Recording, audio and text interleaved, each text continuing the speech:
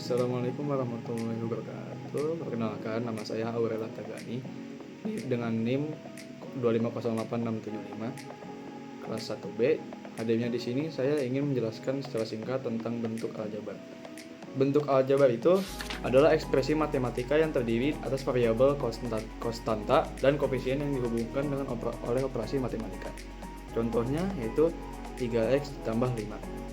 Ya, 3x di sini yaitu variabel, huruf yang mewakili bilangan x nih. 2. Konstanta, bilangan tetap setelah variabel yaitu 3x, 3 sebelum x. 3. Koefisien, bilangan penggali variabel yaitu 5. 4. Suku, aljabar yang dipisahkan oleh tambah kurang yaitu operasi yang di sini operasi tambah ya. Coba. Selanjutnya di sini ada sifat-sifat aljabar. Yang pertama adalah komutatif, yaitu A ditambah B yaitu sama dengan B ditambah A. Sama halnya dengan A dikali B sama dengan B kali A. Yang kedua, sifat asosiatif, yaitu A ditambah B tutup kurung ditambah C sama dengan A ditambah buka kurung B ditambah C tutup kurung. Dan yang terakhir, sifatnya distributif, yaitu A dikali dalam kurung B ditambah C sama dengan A dikali B dan A ditambah A dikali C. Selanjutnya, operasi penjumlahan dan pengurangan. Hanya suku jenis yang dapat dijumlahkan dan dikurangkan. Contohnya 3x ditambah 2y ditambah 5x kurang y itu sama dengan 8x ditambah y. Bagaimana caranya? Yaitu kita pisahkan satu-satu, yaitu 3x ditambahkan 5x dan 2x dikurang y sama dengan 3x tambah 5x sama dengan 8, 2x dikurang y sama dengan y. Oke, selanjutnya adalah contoh bentuk aljabar. Di sini bentuk aljabar dibagi menjadi 3 ya. Bentuk aljabar satu variabel yaitu 2x ditambah 3. Jadi variabelnya cuma 1 x. Bentuk aljabar 2 variabel yaitu 3x dikurang 4y ditambah 7. Jadi variabelnya itu x sama y ya. Dan bentuk aljabar dengan pangkat x kuadrat ditambah 2x dikali 5. Aljabar dengan pangkatnya di sini variabelnya ada pangkatnya ya. Dan bagian yang terakhir yaitu perpangkatan dan akar.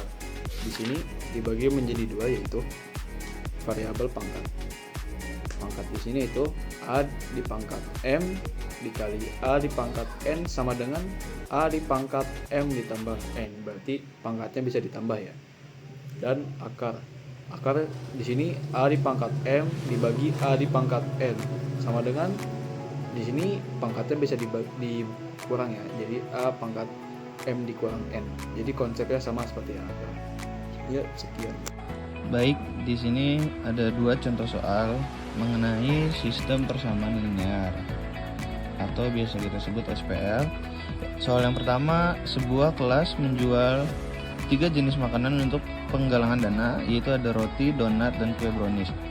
Nah, di sini ada total yang terjual ada 50 item, jumlah donat yang terjual 2 kali lebih banyak daripada brownies, sedangkan banyaknya roti sama dengan jumlah donat ditambah 5. Tuliskan sistem persamaan linear dari informasi di atas. Oke, jadi untuk mengerjakan soal ini yang pertama kita identifikasi terlebih dahulu, yaitu total itemnya itu total itemnya tadi itu sama dengan 50. Kemudian donat 2 kali browniesnya, 2 kali brownies, dan roti itu sama dengan donat tapi ditambah 5. Oke. Nah, jadi langkah pertama itu kita melakukan permisalkan dulu. Misalkan di sini roti itu X, kemudian donat itu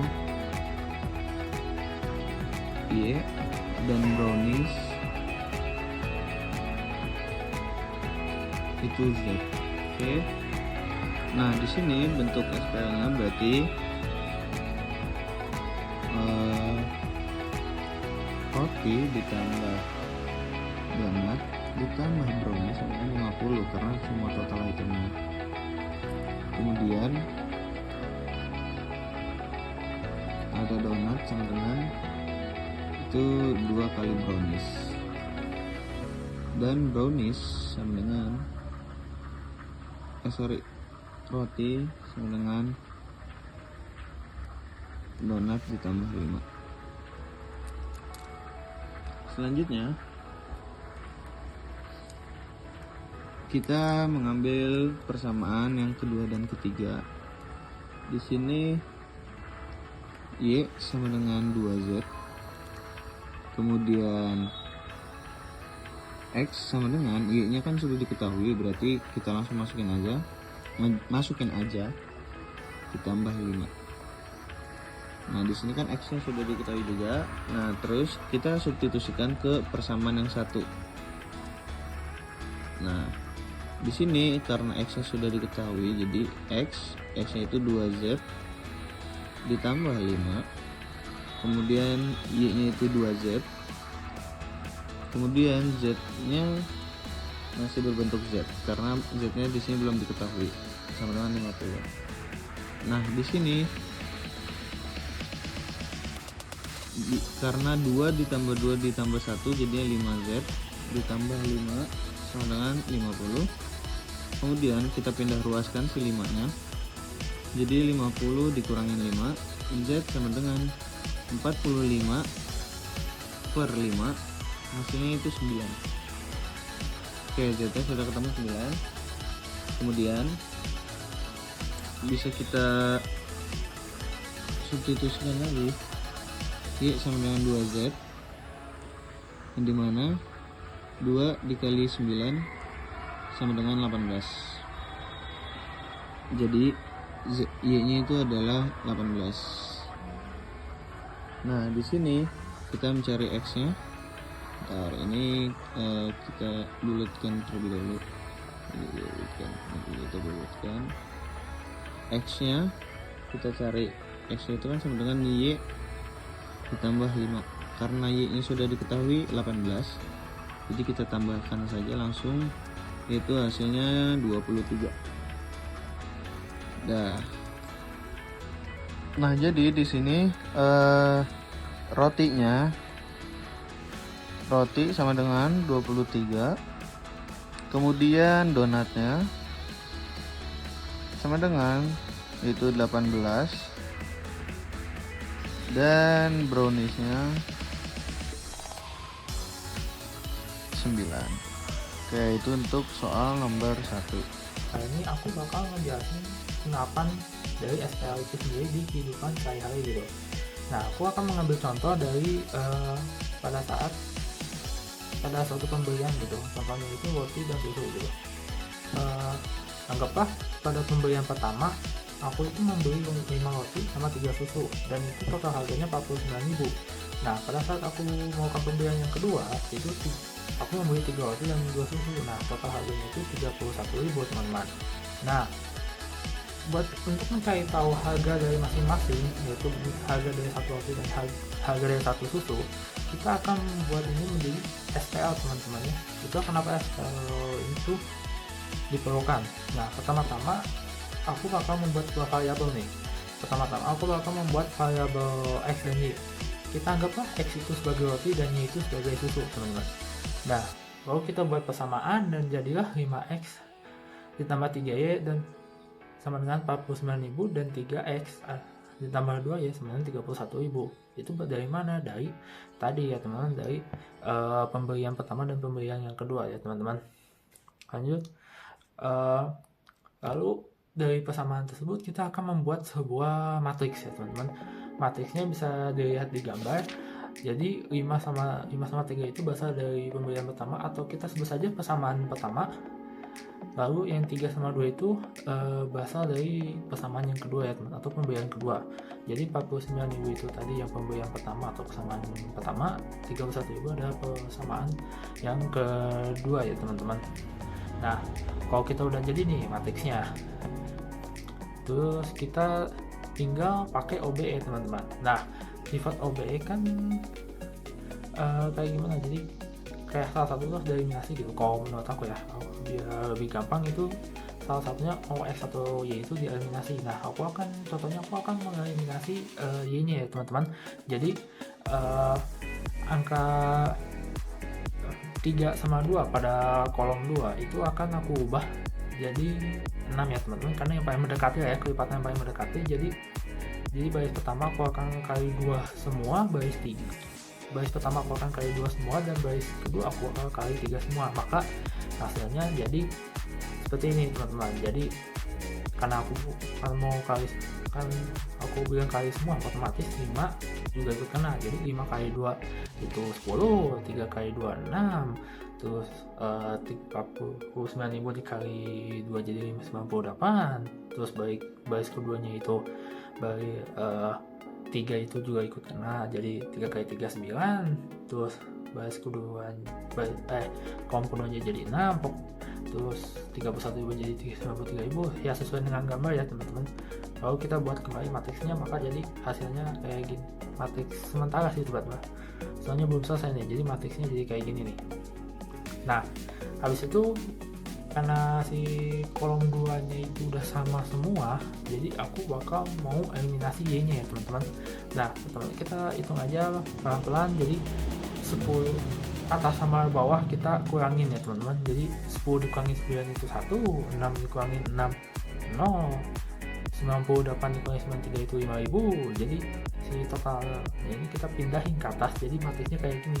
Jadi baris pertama itu udah berubah jadi 1 0 5.000 gitu.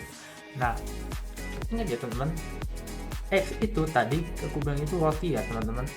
Nah, jadi kita udah ketemu nih X itu atau rotinya itu berarti itu 5.000. Jadi harga satu roti itu 5.000. Nah, tinggal kita cari si susunya nih atau variabelnya. Ya gampang, kita tinggal pakai persamaan kedua aja. Kita pakai persamaan kedua, terus kita masukin X-nya. Kan kita udah ketemu tadi X-nya atau rotinya 5.000. Jadi kita tinggal masukin aja ke persamaan kedua, yaitu 3X tambah 2Y sama 31.000. Jadi kita substitusikan, masukkan jadi kayak gini sesuai yang digambar. Jadi 3 dikali 5.000 jadi 15.000. 15.000 ini kita tukar, ini 31 dikali 15.000 jadi 16.000. Terus mau ketemu ini tinggal kita bagi dua aja 16.000 nya. Jadi ini itu 8.000. Jadi harga susunya itu jadi 8.000 ya teman-teman. Jadi harga satu susu itu 8.000. Jadi kita udah ketemu harga dari satu roti dan satu susu itu ketemu. Jadi satu roti itu 5.000 dan satu susu itu 8.000 sesuai di hasil akhir ini ya teman-teman. Nah, segitu aja mungkin kurang lebihnya. Guys, pernah nggak sih kalian ngerasa program komputer nih jalannya lambat banget, atau nunggu proses rendering tapi nggak beres-beres? Nah, itu artinya device kalian kentang. Salah satu penyebabnya itu adalah alur kerja programnya ini nggak optimal. Itu banyak tugas yang saling bergantung, tapi dijalaninnya urutannya nggak efisien. Nah, nanya kan, Bang, hubungannya sama SPL apaan? Canda ya. Jadi hubungannya tuh ini. Ini sebuah penelitian dari ITB yang terkait optimasi alur kerja program menggunakan sistem persamaan linear. Nah, gimana sih cara kerjanya? Nah, yuk kita cobain bareng-bareng. Nah, ini pertama, programnya dimodelin dulu sebagai graph dependency. Setiap fungsi adalah simpul dan panah ini menunjukkan ketergantungan. Oke. Nah, panah dari X2 ke X1 artinya X1 ini hanya bisa dijalankan setelah X2 selesai. Nah, setiap fungsi juga punya durasi eksekusi sendiri-sendiri. X1 butuh 9 detik, X2 butuh 9 detik, dan seterusnya. Nah, pertanyaannya adalah kapan waktu terbaik untuk memulai setiap fungsi agar total waktu selesai seminimal mungkin? Nah, di sini mulai berperan nih matematikanya nih. Kita definisikan T1 sebagai waktu mulai fungsi X1. Karena X1 harus menunggu X2 selesai yang butuh 9 detik, maka T1 sama dengan T2 ditambah 9. 9 ini 9 detik maksudnya ya. Gitu. Nah, ini untuk yang lainnya logikanya sama nih. Gitu. Jadi dengan logika yang sama kita bisa buat persamaan untuk semua fungsi. Yang itu X1 juga bergantung pada X3 nih. Jadi T1 sama dengan T3 ditambah 1. Gitu. Kemudian X2 bergantung pada X4. Jadinya T2 ditambah T4 tambah 17 dan gitu seterusnya. gitu. Nah, fungsi-fungsi yang nggak punya ketergantungan seperti X12 atau mungkin X20 seperti dari X12 sampai X20 kita set waktu mulainya dari 0 biar mereka bisa langsung jalan. Nah, kumpulan semua persamaan ini membentuk sebuah sistem persamaan linear. Sistem yang besar ini bisa kita representasikan dalam bentuk matriks agar mudah diolah oleh komputer. Untuk menyelesaikan SPL yang besar ini, penelitian ini menggunakan metode eliminasi Gauss yang diimplementasikan dalam program Python. Setelah dihitung oleh komputer nih, ini hasilnya nih. Waktunya mulai optimal untuk setiap fungsi. Hasilnya adalah fungsi utama X1 mulai pada detik ke-45. Artinya total waktu eksekusi program yang optimal adalah 45 detik. Nah, dengan jadwal ini gak akan ada waktu yang terbuang percuma. Setiap fungsi jalan tepat pada waktunya, menghasilkan alur kerja yang paling efisien. Sekian dari kelompok kami. Mohon maaf apabila ada kesalahan atau kekurangan. Terima kasih sudah memperhatikan. Wassalamualaikum warahmatullahi wabarakatuh.